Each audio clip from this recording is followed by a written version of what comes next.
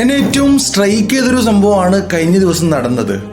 ഹജ്ജിനൊരുങ്ങി ഇഹ്റാമു ചെയ്ത് എയർപോർട്ടിലെത്തിയ ഒരാളായിരുന്നു ലിബിയക്കാരനായ ആമിർ മൻസൂർ അൽ ഗദ്ദാഫി. അദ്ദേഹത്തിന്റെ ആ പേരിലെ ചില സംശയങ്ങൾ കൊണ്ട് എയർപോർട്ടിൽ തടഞ്ഞു വെച്ചു. അല്പസമയത്തിനകം വിട്ടയച്ചെങ്കിലും ഫ്ലൈറ്റ് എടുക്കാൻ സമയമായതുകൊണ്ട് അദ്ദേഹത്തിന് പ്രവേശനം നിഷേധിക്കപ്പെട്ടു.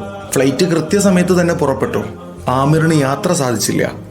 ഉയർന്ന ഫ്ലൈറ്റിന് അസ്വാഭാവികമായ യന്ത്ര തകരാറ് മൂലം അടിയന്തരമായി ലാൻഡ് ചെയ്യേണ്ടി വരുന്നു. ഇതറിഞ്ഞ അദ്ദേഹം എയർപോർട്ട് ഉദ്യോഗസ്ഥരോട് ഫ്ലൈറ്റിലേക്കുള്ള പ്രവേശനത്തിന് വേണ്ടി വീണ്ടും അപേക്ഷിച്ചപ്പോൾ അവർ പൈലറ്റുമായി ബന്ധപ്പെട്ടെങ്കിലും അവിടുന്ന് പ്രവേശനാനുമതി ലഭിച്ചില്ല.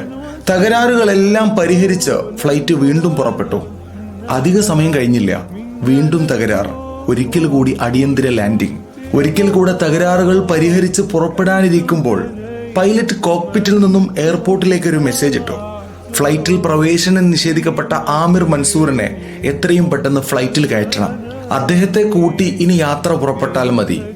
അൽഹംദുലില്ലാ, അള്ളാഹുവിന്റെ വിളിക്കുത്തരം ചെയ്യപ്പെട്ടവരെ തടഞ്ഞു വെക്കാൻ ആർക്കുമാവില്ലല്ലോ. Download ShareChat.